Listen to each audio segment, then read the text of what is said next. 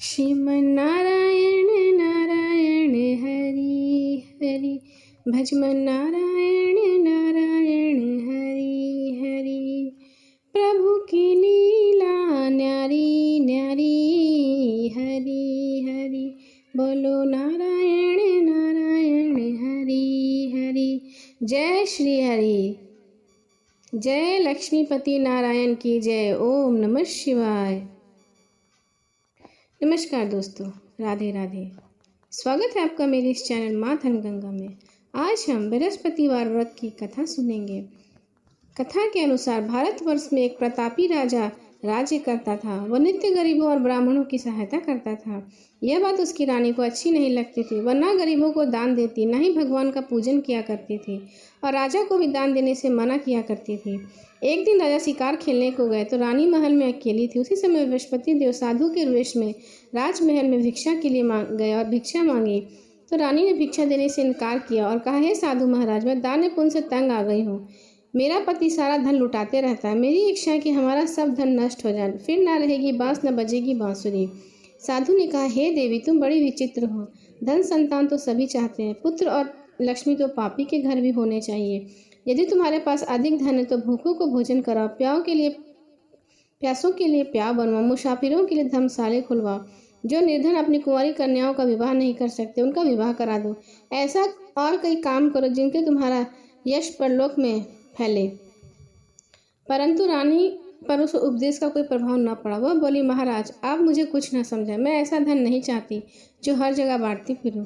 साधु ने उत्तर दिया, यदि तुम्हारी ऐसी इच्छा है तो तथास्तु। तुम ऐसा करना, बृहस्पति को घर पीली मिट्टी से अपना सर धोना, घर को लीपना, स्नान करना, भट्टी चढ़ाकर कपड़े धोना। ऐसा करने से आपका सारा धन नष्ट हो जाएगा।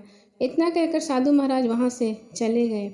साधु के अनुसार कई बातों पर पूरा करते हुए रानी को केवल 3 बृहस्पति वही बीते थे।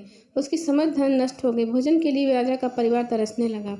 एक दिन राजा ने रानी से बोला, हे रानी, तुम यहीं रहो, मैं दूसरे देश को जाता हूँ, क्योंकि यहाँ पर कोई मुझे काम नहीं देगा, इसलिए मैं छोटा कार्य नहीं कर सकता। ऐसा कहकर राजा प्रदेश चला गया। वहाँ वह जंगल से लकड़ी काट कर लाता और शहर में बेचता। इस तरह वह अपना जीवन व्यतीत करने लगा। इधर राजा के प्रदेश जाते रानी और दासी दुखी रहने लगी। एक बार जब रानी और दासी को 7 दिन तक बिना भोजन के रहना पड़ा तो रानी ने अपनी दासी से कहा, हे दासी, पास ही नगर में मेरी बहन रहती है, वह बड़ी धनवान है, तो उसके पास जा और कुछ ले आ, ताकि थोड़ा बहुत गुजर बसर हो जाए। दासी रानी की बहन के पास गई। उस दिन गुरुवार था और रानी की बहन उस समय बृहस्पति व्रत की कथा सुन रही थी। दासी ने रानी की बहन को अपना रानी का संदेश दिया, लेकिन रानी की बड़ी बहन ने कोई उत्तर नहीं दिया। जब दासी को रानी के बहन से कोई उत्तर न मिला तो वह बहुत दुखी और क्रोध भी आया। दासी ने वापस आकर रानी को सारी बात बता दी। सुनकर रानी ने अपने भाग्य को कोसा। उधर रानी की बहन ने सोचा, मेरी बहन की दासी आई थी, परंतु मैंने उससे कुछ नहीं बोला, इससे वह दुखी हुई होगी। कथा सुनकर और पूजन समाप्त करके वह अपनी बहन के घर आई और कहने लगी, हे बहन, मैं बृहस्पतिवार का व्रत कर रही थी। तुम्हारी दासी मेरे घर आई थी, परंतु जब तक कथा होती है तब तक न उठते और न ही बोलते हैं, इसलिए मैं नहीं बोली। कहो दासी क्यों गई थी? रानी बोली, बहन, तुमसे क्या छुपा, हमारे घर में खाने तक को अनाज नहीं है। ऐसा कहते कहते वह रोने लगी। उसने दासी समेत पिछले 7 दिनों तक भूखे रहने की बात अपनी बहन को बताया। रानी की बहन बोली, देखो, भगवान बृहस्पति देव की मनोकामना से तुम्हारे घर में कुछ रखा हो। पहले तो रानी को विश्वास नहीं हुआ, पर बहन के आग्रह करने पर उसने अपनी दासी को अंदर भेजा तो उसे सचमुच अनाज से भरा एक घड़ा मिला। यह देखकर दासी को बड़ी हैरानी हुई। दासी रानी से कहने लगी, हे रानी, जब हमको भोजन नहीं मिलता तो हम व्रत ही तो करते हैं, इसलिए क्यों न इस व्रत और कथा की विधि पूछ ली जाए, ताकि हम भी व्रत कर सकें। तब रानी ने अपने बहन से बृहस्पति व्रत के बारे में पूछा। उसकी बहन ने बताया, बृहस्पतिवार के व्रत के दिन चने की दाल और मुनक्का से विष्णु भगवान का केले की जड़ में पूजन करें तथा दीपक जलाएं, व्रत कथा सुने और पीला भोजन ही करें। इससे बृहस्पति देव प्रसन्न होते हैं। व्रत और पूजन विधि बताकर रानी की बहन अपने घर को लौट गई। 7 दिन के बाद गुरुवार आए तो रानी और दासी ने व्रत रखा। घुड़साल से जाकर चना और गुड़ ले आई और उससे फिर केले की जड़ तथा विष्णु भगवान का पूजा किया। अब पीला भोजन कहाँ से आए, इस बात को लेकर दोनों बड़ी दुखी थे। चूंकि उन्होंने व्रत रखा था इसलिए बृहस्पति देव उनसे प्रसन्न थे, इसलिए वे एक साधारण व्यक्ति के रूप में 2 सुंदर थालों में पीला भोजन दासी को दे गए। भोजन पाकर दासी प्रसन्न हुई और फिर रानी के साथ मिलकर भोजन किया। उसके बाद वे सभी गुरुवार को व्रत और पूजन करने लगे। बृहस्पति भगवान की कृपा से उनके पास फिर से धन संपत्ति आ गई। परंतु रानी फिर से पहले की तरह आलस्य करने लगी। तब दासी बोली, देखो रानी, तुम पहले भी इस प्रकार आलस्य करती थी। तुम्हें धन रखने में कष्ट होता था, इस कारण सभी धन नष्ट हो गया।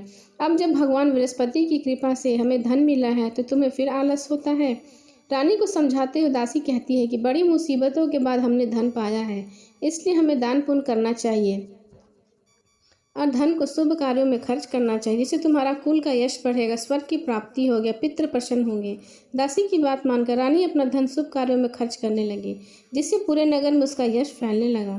बृहस्पति व्रत कथा के बाद श्रद्धा के साथ आरती किया करती थी और उसके बाद सबको प्रसाद बांटा करती थी। एक दिन राजा दुखी होकर जंगल में एक पेड़ के नीचे आसन जमाकर बैठा था। वह अपनी दशा को याद करके व्याकुल होने लगा। बृहस्पति का दिन था। एकाएक उसने देखा निर्जन वन में एक साधु प्रकट हुए। वह साधु वेश में बृहस्पति देव थे। लकड़हारे के सामने आकर बोले, हे लकड़हारे, इस सुनसान जंगल में तू किस चिंता में बैठा है? लकड़हारे ने दोनों हाथ जोड़कर प्रणाम किया और उत्तर दिया, महात्मा जी, आपसे सब कुछ जानते मैं क्या कहूँ। यह कहकर वह रोने लगा और साधु की अपनी आत्मकथा सुनाई। महात्मा जी कहने लगे, तुम्हारी स्त्री ने बृहस्पति के दिन बृहस्पति भगवान का निरादर किया, जिसके कारण वह रुष्ट हो गए।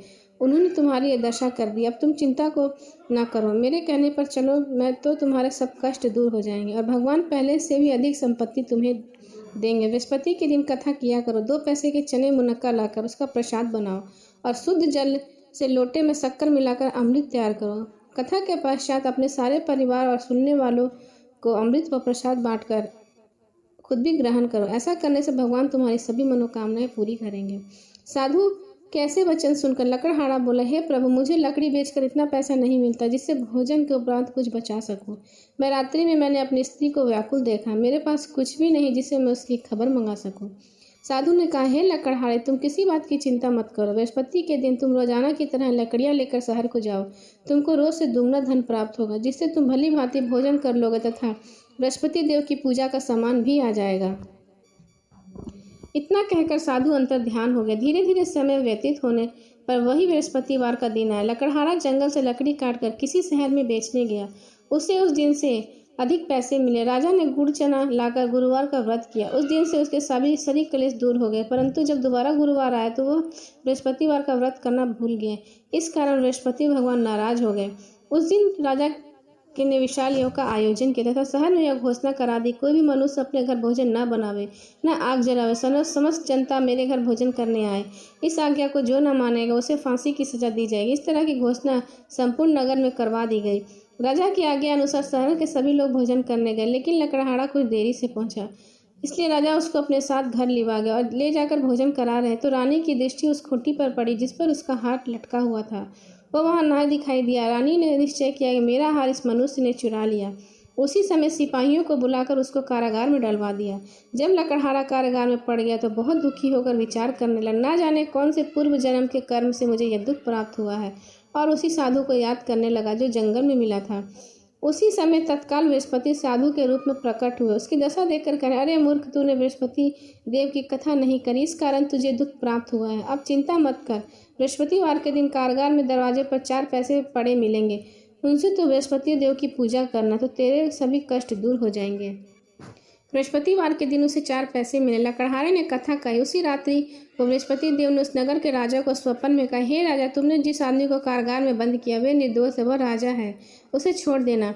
रानी का हार उसी खूंटी पर टंगा है। अगर तू ऐसा नहीं करेगा तो मैं तेरे राज्य को नष्ट कर दूंगा।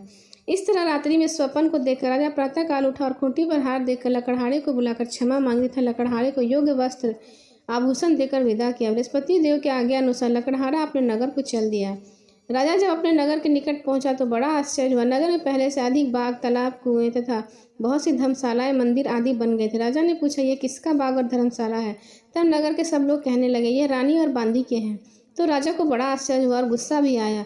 जब रानी ने यह खबर सुनी कि राजा आ रहे हैं तो उन्होंने दासी से कहा, हे दासी, देख राजा हमको कितनी बुरी हालत में छोड़ गए थे। हमारी ऐसी हालत देखकर वह लौट न जाए, इसलिए तू दरवाजे पर खड़ी हो जा। आज्ञा अनुसार दासी दरवाजे पर खड़ी होगी। राजा आए तो उन्हें अपने साथ लिवा लाए। तब राजा ने क्रोध करके अपनी रानी से पूछा, यह धन तुम्हें कैसे प्राप्त हुआ? तब उन्होंने कहा कि यह सब हमें धन बृहस्पति देव के इस व्रत के प्रभाव से प्राप्त हुआ है।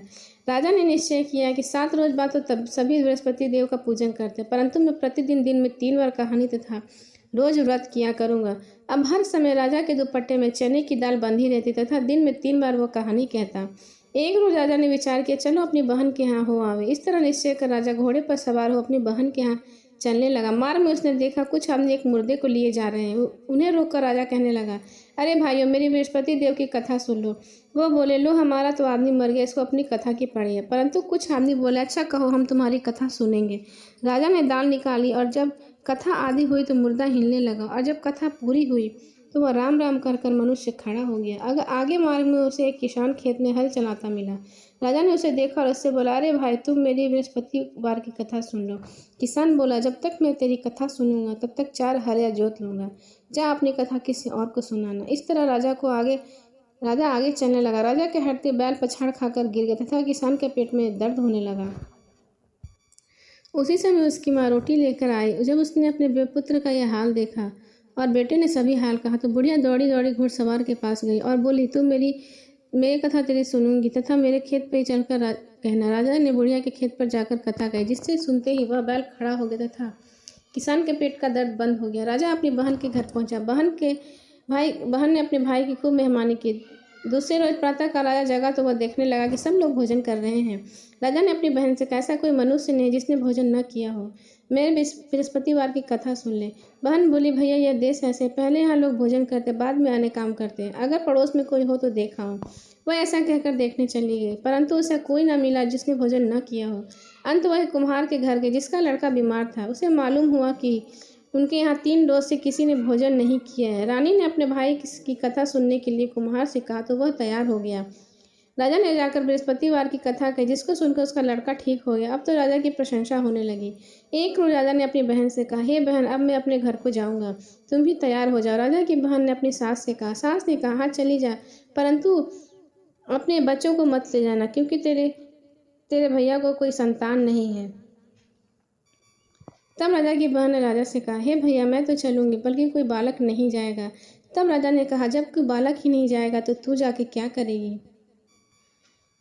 फिर राजा अपने महल को आया, बिना कुछ कहे बिना कुछ खाए पिए सो गया। प्रातःकाल उठकर उस राजा ने अपनी रानी से कहा, हे रानी, हम निर्वंशी राजा, हमारा मुख किसी को देखने का नहीं है, हमें कोई संतान नहीं है।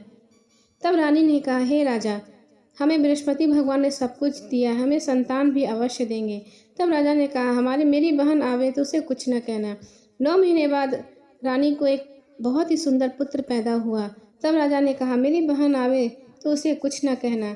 बहन ने जब खबर सुनी कि राजा को पुत्र हुआ है तो वो संदेश लेकर अपने भाई के घर आई। तो रानी ने कहा, घोड़ा चढ़कर नहीं आए, गधा चढ़कर आई। तो राजा की बहन ने कहा, भाभी, बृहस्पति देव ऐसे ही हैं, जिसके मन में जो मनोकामनाएं होती वैसे वो पूर्ण करते हैं। मैं ऐसा ना कहती तो तुम्हें बृहस्पति देव पुत्र कैसे देते।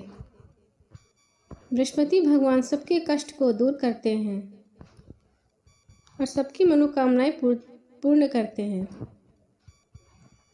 बोलो विष्णु भगवान की जय।